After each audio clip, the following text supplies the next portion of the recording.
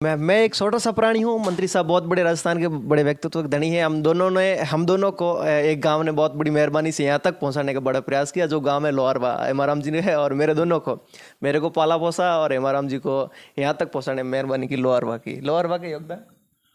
लोहारवा का योगदान आपके जीवन और मेरे जीवन में। नहीं, लोहारवा का तो मेरे ऊपर बहुत मेहरबानी है। हमेशा समझो ना आप 80-90% हमेशा मेरे पक्ष में ही रहा, एक तरफ ही मेरे साथ ही रहा।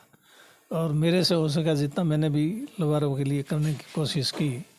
और आपने जैसा कहा छोटा सा प्राणी, कोई छोटा नहीं है, सभी बड़े हैं और सभी छोटे हैं। नहीं, मेरे को पाला पोसा बड़ा किया लोहारवा वालों ने। आपका भी जीवन में लोहारवा का जो वापस एक बार राजनीति तक लाने का सफर किया। हाँ, तो मैंने कहा ना, लोहारवा का पूरे गुड़ामालानी जनता का बहुत बड़ा एहसान है मेरे ऊपर। मैंने कहा मैं वहाँ का पहली बार चुनाव लड़ा, मैं तो किसी को जानता ही नहीं था, फिर भी लोगों ने मतलब मुझे जिता दिया।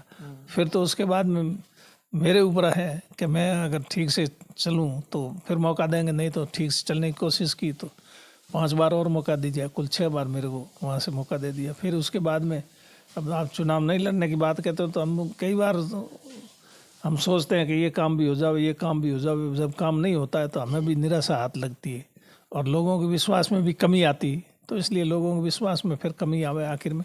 और दूसरा, आखिर हम भी 44 साल तक सेवा कर ली हमने, तो हमारी भी एक सीमा है कब तक सेवा करें। उम्र के हिसाब से सब कुछ फर्क पड़ता है काम करने में भी। हेमाराम जी की बहुत बार ये कहानी सुनवाते हैं। लोहारवा में जब मैं एक मेट बन के आया था नरेगा का, तो मेरे को लोहारवा ने पढ़ा और एक बार वापस खड़ा किया। वो बहुत पुरानी बात है। उस समय मैं पढ़ता था तो अकाल था, और अकाल में वो अकाल रात के काम चलते थे। तो वहाँ लोहारवा में भी अकाल रात के काम चलते थे।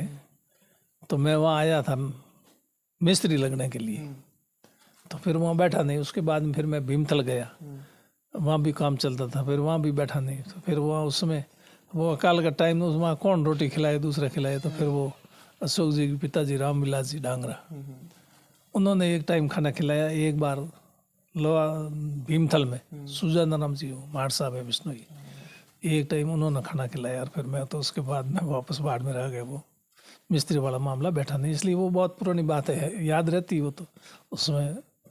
और भी कोई जो आपको कहानी याद आज दिन तक याद है, ऐसी कोई कहानी है?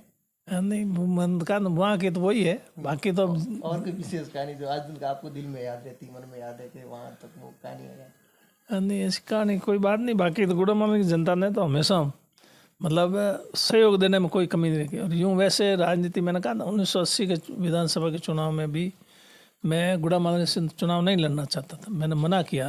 लेकिन उसके बावजूद पार्टी का आदेश था कि आपको लड़ना पड़े, तब जाके लड़ गया।